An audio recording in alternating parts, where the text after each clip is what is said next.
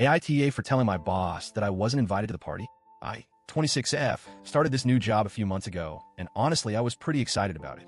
I've been looking for a new position for a while, and everything seemed to be going great. The people seemed nice, the work was interesting, and I felt like I was finally getting my footing. But as time went on, I began to realize that things weren't as simple as they seemed. One of my colleagues, Marie, who I hadn't really spoken to much, but was friendly with in passing, was getting married in the next couple of months. I overheard a lot of conversations around the office about her wedding, and it seemed like the entire office was going. I didn't think anything of it at first. After all, I'm new here, and I completely understand that people don't just invite everyone to weddings, especially when they haven't had a chance to build a relationship with someone. I never expected an invite. Weddings are a big deal, they're planned in advance, and Marie and I hadn't even been working together for that long. But as time went on, I started noticing something a little strange. It was like everyone in the office was talking about the wedding, and there was this subtle tension around me. I could sense that Marie might be feeling a bit awkward, maybe even wondering if I was expecting an invite, but I try not to make it a big deal. I didn't need to be invited to the wedding, and I wasn't bothered by it in the least. In fact, my close friend had just gotten married, and I had been heavily involved in the process of planning her wedding, so I really understood how hectic it can get. I never made a fuss about it. I felt comfortable with the situation, and honestly, I wasn't the type of person to make waves or bring up feelings of exclusion if they weren't there. If anything, I felt more excited for Marie and her big day. But deep down, there was this lingering thought. What if she's wondering if I feel left out?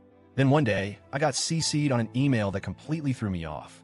The email was from Joan, one of my other coworkers, and it was about a bridal shower that was being organized for Marie. I was a bit shocked when I saw it. The shower was happening during our lunch hour in the break room, and they were asking everyone to chip in for a group gift, cash of course, and suggested we all bring something to the potluck. Joan had even included her Venmo info, which felt pretty informal, but hey, I figured it was just a casual office thing. At first I thought, okay, this is cool, I'll contribute. Even though I wasn't invited to the wedding, I wanted to show my support for Marie. After all, even though we weren't close, it felt like the right thing to do. So, I sent over $20 via Venmo and replied to the email saying I would bring lasagna. No big deal. I didn't think anything more of it. But then things took a strange turn. A couple of hours later, Joan came to my desk. She had this kind of awkward expression on her face, and I could immediately tell something was off. She didn't sit down, just kind of hovered at my desk, looking uncomfortable.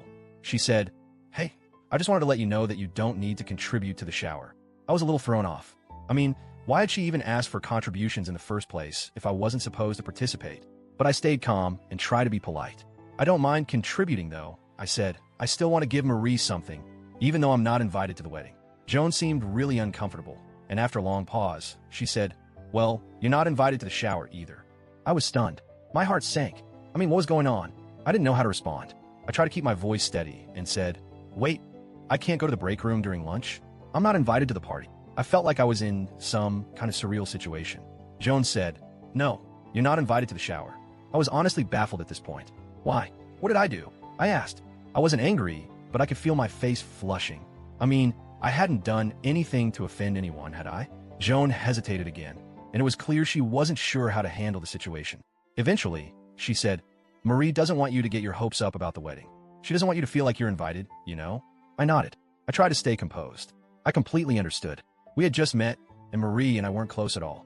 I wasn't mad or upset. I really wasn't, but it did sting a little. It was the first time I had felt genuinely excluded in the office, and I wasn't sure how to handle that feeling. Still, I tried to reassure Joan that I wasn't bothered by it. "I understand," I said. "I get it. I've only been here a short time, so it's totally fine." But the whole thing left me feeling unsettled. I couldn't help but think, was I being too sensitive? Was I overreacting? But then I realized it wasn't even about me being upset about not being invited to the wedding. It was about being left out of something that was happening within the office. People were all gathering together, and I was just going to be left out. It felt wrong. The day of the shower, I sat at my desk alone while everyone else went to the break room to celebrate. I had no idea what to do with myself. I didn't want to appear like I was bothered, but I felt this awkward, uncomfortable weight pressing down on me. It was like I was invisible, sitting there eating my lunch alone while everyone else was having a good time just a few feet away. One of my coworkers, who I barely knew, came over and snuck me a piece of cake. She said something along the lines of, "Hey, I thought you might want a piece." It was sweet, and I appreciated the gesture, but it didn't really fix how I was feeling. As the party went on, I just sat there. I didn't know what to do. I tried to focus on my work, but it was hard to ignore the laughter and chatter coming from the break room. I felt so out of place, like an outsider in a place where I was supposed to belong. Then, in the middle of the party, the big boss walked in. I didn't expect her to be there. She's usually off on Fridays, but there she was. She noticed me sitting at my desk, and for a moment, I thought she would just ignore me. But instead, she walked up to me and asked, "Why aren't you at the party?" I wasn't sure how to respond. I'd been trying to keep it together, not wanting to make a scene, but at that moment, I couldn't hide how I felt anymore. I told her I wasn't invited. She looked at me with a mixture of surprise and concern. "What do you mean? You're not invited?" I nodded. "No, I'm not. I wasn't invited to the shower. I wasn't invited to the wedding." The big boss seemed to be genuinely taken aback. She didn't say anything for a moment, but her face seemed to harden. "I'll look into this," she said and walked away. Later that day, I found out that the big boss had sent an email banning office parties during work hours. It was clear that she wasn't happy with how things were handled.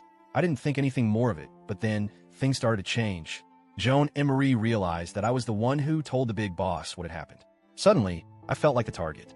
They both started avoiding me in the office, and some of my other coworkers started acting cold toward me too. I felt like I had done something wrong, like I had somehow ruined the fun for everyone else. But at the same time, I couldn't help but feel like I had just been honest about a situation that had hurt me. Some of my friends, when I told them about what had happened, said that I was in the wrong. They told me I should have just lied to the big boss and said I was too busy with work to attend the party. They said I should have kept quiet and let everyone else enjoy their time together. But I couldn't bring myself to do that. The situation just didn't sit right with me. I felt like I'd been left out for no good reason, and that wasn't something I could just ignore. So now I'm left wondering, AITA for telling my boss the truth about not being invited to the shower? Should I have lied and kept things to myself? Or did I have every right to speak up?